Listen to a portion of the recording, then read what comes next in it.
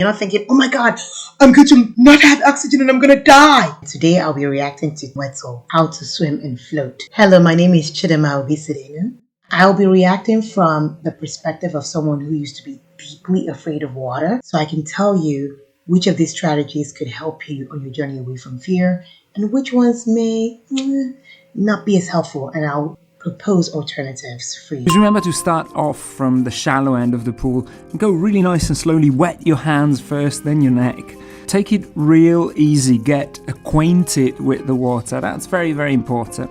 Okay, I love that. I love how he, used actual beginners to demonstrate this. We can relate more with the subject when we see that. I also like how he started in the shallow. Remember, we want to work on comfort. So you want to start out in the pool where you are already comfortable. And that is in the shallow part of the water. In fact, we learn a lot of our skills in the shallow part of the water. And it's only when we've embodied those skills before we can now take those skills and practice them in the deep side. Remember, embodying the shallow first before you move on to the deep side. His very first step here in the water is getting comfortable with the water environment. Going slow, feeling the water, absolutely brilliant. You want to take your time to acclimatize in the water. You want to take your time to bring your full presence and your full attention to your body for this experience in water. That is one of the most critical parts in your journey away from fear, is that ability to bring your full attention to the present moment in water, because you're going to need that full attention to feel what the water is doing in your body and to overcome fear. Step in, ankles, knees, thighs. Just get comfortable. That's all that matters. You should really feel comfy in the water. And just don't worry, because the water is not going to bite you for sure.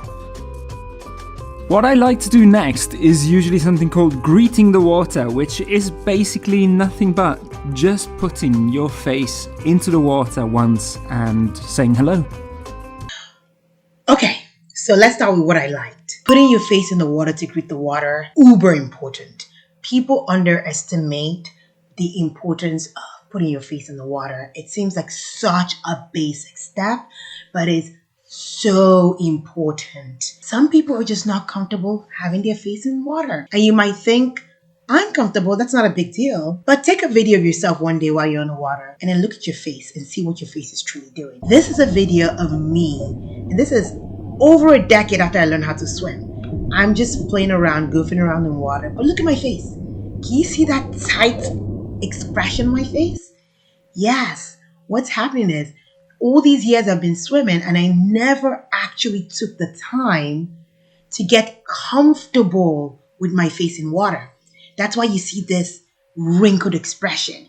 I'm shutting my eyes tightly, my nose is scrunched up, my mouth is scrunched up. I never actually took the time to develop comfort around water with my face in it. This is so crucial. Do not skip this basic step.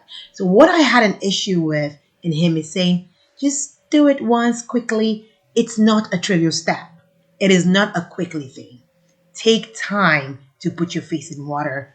You take time to put your face in the water, paying attention to just your eyes. And this is taking care of any other concern. You can put your hand on the side to make sure you're stable. Do I have any expression around my eyes? Am I forcing them closed? Am I wrinkling them? If so, bring your full attention to that feeling. What is it that's making me squinch my eyes so closely? It's probably because you feel that there might be something bad that might happen to your eyes if you open your eyes. That's probably what it is. Sometimes our body reacts in ways that our conscious mind is not thinking about.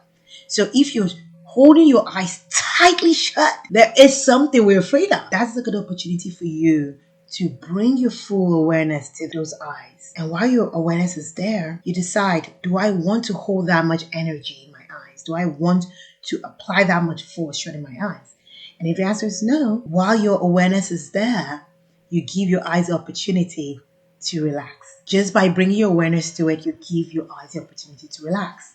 And in fact, you might give yourself the permission to open your eyes on the water and experience what that feels like. What does it feel like? Does it feel dangerous? We find out. Allowing yourself that opportunity, just taking that time, is laying some really good foundations around comfort with having your face in water. Then do something similar with your nose. You can shut your eyes for that one. You can shut your mouth and just put your nose in water. Feel what the water feels like on your nose. Is it threatening? Is it not? You want to bring your full awareness to that. Then do something similar with your mouth. Okay, so if water got in my mouth, is it an emergency? No, I can just get the water out, right? You want to take time with these things. And then with your ears, just put your ear in the water. Put your ear in the water. This is not trivial. This is not a quick hi, goodbye thing. This is something you want to take your time with to bring you that comfort. I swim with goggles, but you want to know that even if you did not have your goggles with you, it's not an emergency. This small exercise, opening your eyes, having your face in water, can show you that I can be safe and I can be comfortable even when I don't have other tools like goggles or nose clips or anything else. I don't need those things. I might use them because it makes being in water even more pleasurable, but I don't need them to be comfortable and safe. And it's in taking your time to put your face in water and isolate the different parts of your face in water before you can start to experience this. This, amongst a lot of other skills, we go through step by step in a gentle manner in our online course. The links are in the description. Goggles or no goggles? Well, if you feel comfortable with them, wear them, that's okay. I actually prefer not to wear them, to be honest, because you get a better feeling for the water. Goggles actually are great because they create an air pocket between your eyes and the water, and that's what allows you to see clearly in water. Some people, when you put your eyes directly in water, it looks blurry. Okay, it's blurry because there's no air pocket between your eyes and the water. But it's not an emergency. You see the difference? And you might not see as clearly as you'd like, but it's not an emergency. And you want to know that that's the case. I can survive and be safe and comfortable in water without goggles. But I can also choose to wear goggles because it makes things clearer. And I love the idea of seeing clearly in water and seeing where I'm going. So actually, I love goggles. I swim with goggles. I'm a big advocate for goggles or swimming masks. But before you use them, you want to know that you can be comfortable and safe without goggles, without swimming masks while you're in water. Hold your breath. Just very simply, put your hands on the edge of the pool, take a nice deep breath, plant your feet, and lower your face into the water. All we want to do right now is just hold our breath. Get acquainted with being face down into the water and just relaxing, holding our breath for 5 seconds. I love this hold your breath exercise. He doesn't actually say why you do it, but I'm going to tell you why. And I wouldn't say 5 seconds. There I disagree. You want to take a normal breath and put your head in water and have your body time you. The reason you do this is to show yourself that even when you take a normal breath, nothing dramatic, just a normal breath and hold it, you still have enough time to do a lot of the exercises we're going to do in water. So with just a normal breath held, and you put your face in water holding your breath, and you time it, you might find, wow, I'm able to hold my breath for about 38 seconds, 40 seconds, 45 seconds underwater just with a normal breath. That's comforting because then you know that when it's time for you to practice something like a front float, you're not freaking out, right? You're not thinking, oh my God, I'm going to not have oxygen and I'm going to die. No. You're knowing that your normal breath, just a normal breath, can allow you enough time to practice some of these basic skills, put your mind at rest, put your body at rest, so that you can practice those skills in comfort. If I know that I can hold my breath for, let's say, 35 seconds and just a normal breath, then I know that I have at least 35 seconds to practice a front float. And so when I practice my front float, for instance, I can just lay there and decide after 10 seconds, okay, I'm going to get up now and do it comfortably because I still have 25 seconds to go. You see that? I'm at no point wondering whether I'm going to run out of breath. And at no point do I need to freak out because I may run out of breath because I know I have enough breath. So timing your normal breath allows you the peace of mind to bring your attention to the skill you're learning. And you're not distracted by this thought that you may die while you're doing the skill. That's why you time your normal breath.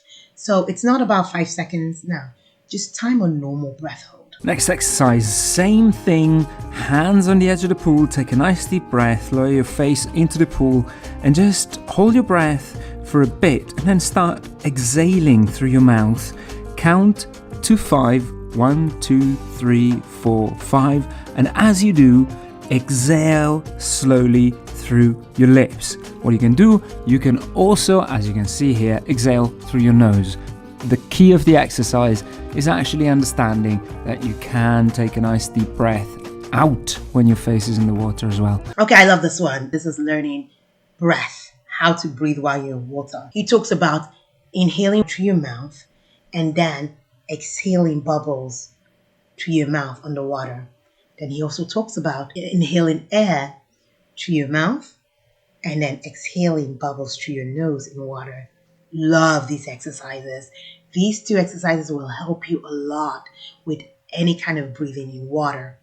The first one, where you inhale through your mouth and exhale through your mouth, you'll find that very useful when you start to do things like snorkel, scuba diving, or you breathe up before you do free diving. Because in those cases, your nose would be behind some kind of swim mask and it's not available for breath. So you're taking your inhale with your mouth and you're going to be breathing out through your mouth for those water sports. Now, in recreational swimming, we breathe in through the mouth because the mouth has more volume. So you can take in more air through your mouth than you can through your nose. Look, see volume versus exactly. So you can take way more air through your mouth than you can do with your nose. So we take our inhale through the mouth and then we exhale through our noses. Twofold. One, you're getting rid of the exhaust carbon dioxide. But two, by exhaling through your nose, water can get in. Air is coming out, so water can get in. So it helps to protect your nose while you're recreationally swimming. So that's a good exercise to practice for your recreational swimming. If you would like to start from the beginning of this reaction series, click on the video here. And if you would like to continue to the next video of this reaction series, click on this video. I know you may not feel fearless now, but hang with me and we'll get there together.